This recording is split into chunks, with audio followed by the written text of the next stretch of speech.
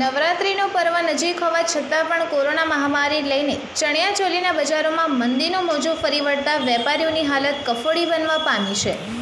માની આરાધનાના પર્વ નવલી નવરાત્રિનો તારીખ 17મીથી પ્રારંભ થવા જઈ રહ્યો છે।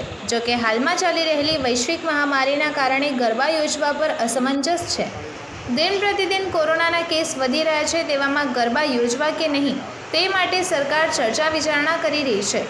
હાલ સુધીમાં ગરબા કરવા પર કોઈપણ પરવાનગી નહીં આપવામાં આવતા વડોદરાના ચણિયાચોલીના બજારોમાં મંદીનો માહોલ જોવા મળ્યો છે।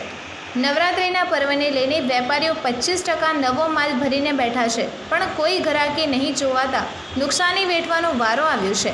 ત્યારે સરકાર શેરી અને સોસાયટીઓમાં ગરબા કરવાની પરવાનગી આપે તો વેપારીઓને થોડીક અંશે રાહત મળે તેમ કહી રહ્યા છે।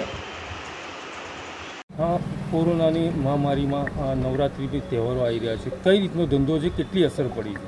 આ કોરોનાની મહામારીને લીધે વેપારી આલમમાં તો એકદમ આ વખતે સન્નાટો છવાઈ ગયો છે। ગ્રાહકી તો જરાય પણ નથી અને આ થોડા દિવસ પછી નવરાત્રિ આવવાની છે, પણ નવરાત્રિની ગ્રાહકી દેખાતી નથી। કેમ કે આ ટાઈમે તો ખરેખર જોવા જઈએ તો એકલા માથા જ દેખાય અને રોડ આખો ભરેલો દેખાય। એની જગ્યાએ અત્યારના ખાલીખમ રોડ છે, દુકાનોમાં ગ્રાહકી નથી।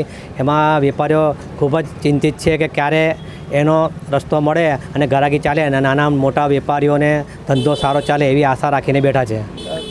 કેટલું નુકસાન થયું છે? નુકસાનો તો કોઈ ગણતરી જ નથી। એનું કારણ છે કે કોઈ ગ્રાહકની એન્ટ્રી જ નથી, કોઈ ધંધો જ નથી। અમે તો દુકાનોમાં 20થી 25% જેવો નવો માલ તો ભરીને મૂકી રાખ્યો કે ક્યાંક થોડો ઘણો ધંધો ચાલે તો થોડી આશા બંધાય કે નવરાત્રિ સિઝન થોડી સારી ચાલે। કઈ રીતની તમે વ્યવસ્થા કરેલી હતી?